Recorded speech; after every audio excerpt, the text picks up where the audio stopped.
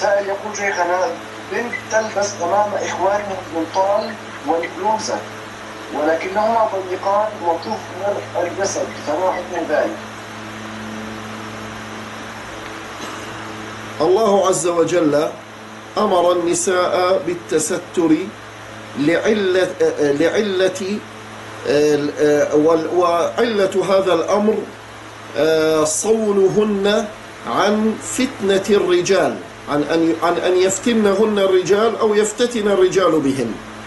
فالتستر لا شك أنه أفضل في جميع الأحوال، لكن هناك أحكام فقهية لا نستطيع أن نتجاوزها، لأننا لسنا أغير من الله على شرعه ولسنا أغير من فقهائنا الذين قرروا هذه الأحكام رحمهم الله تعالى. فأما عورة المرأة عن محارمها ففي مذهب الإمام أحمد وغيره من مذاهب أهل العلم خلاف، وقد نص فقهاؤنا كما نص صاحب الإنصاف ونص صاحب الإقناع وشارحه الإمام البهوتي رحمهم الله جميعا على أن للرجل أن ينظر من محارمه إلى ما يظهر غالبا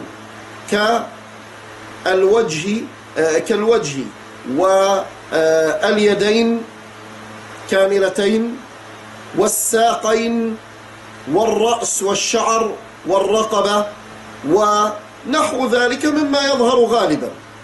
يعني أن تكون المرأة بلباس البيت بلباس الخدمة، فما يظهر غالبا والرأس والساقين هذه يجوز للرجل أن ينظرها من محارمه.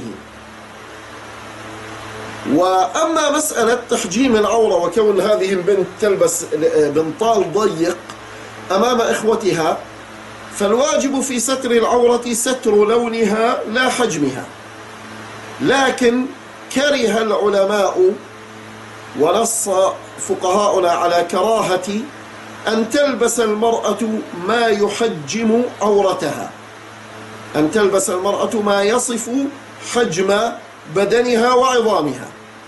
فإذا هذه البنت إذا كانت تلبس البنطال وثياب الخدمة فلا نستطيع أن نقول لها أنها آثمة، لكن هنا أمر، وهو إن كانت هذه البنت شابة ولها إخوة شباب في البيت وخشيت الفتنة لا سيما مع فساد النفوس وتلاعب الشيطان بالناس، والعصر عصر تفجر الشهوات والتفنن في إظهار العورات، فحينئذ عليها أن تستتر.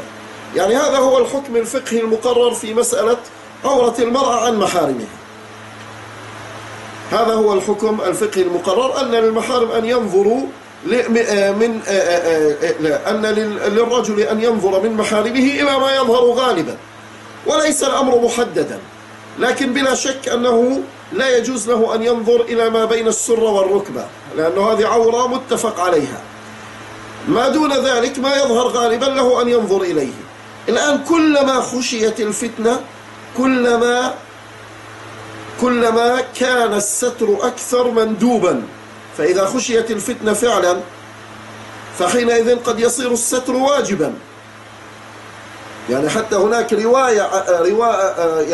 رواية مخرجة وليست نصا عن الإمام أحمد، بل هي رواية مخرجة، ولكن طبعا هي يعني قول شاذ في المذهب، أن للرجل أن ينظر من محارمه إلى الوجه والكفين، أو يستحب أن لا ينظر من محارمه إلا إلى الوجه والكفين. وهذه رواية مخرجة، لكن تعليلها أنه إذا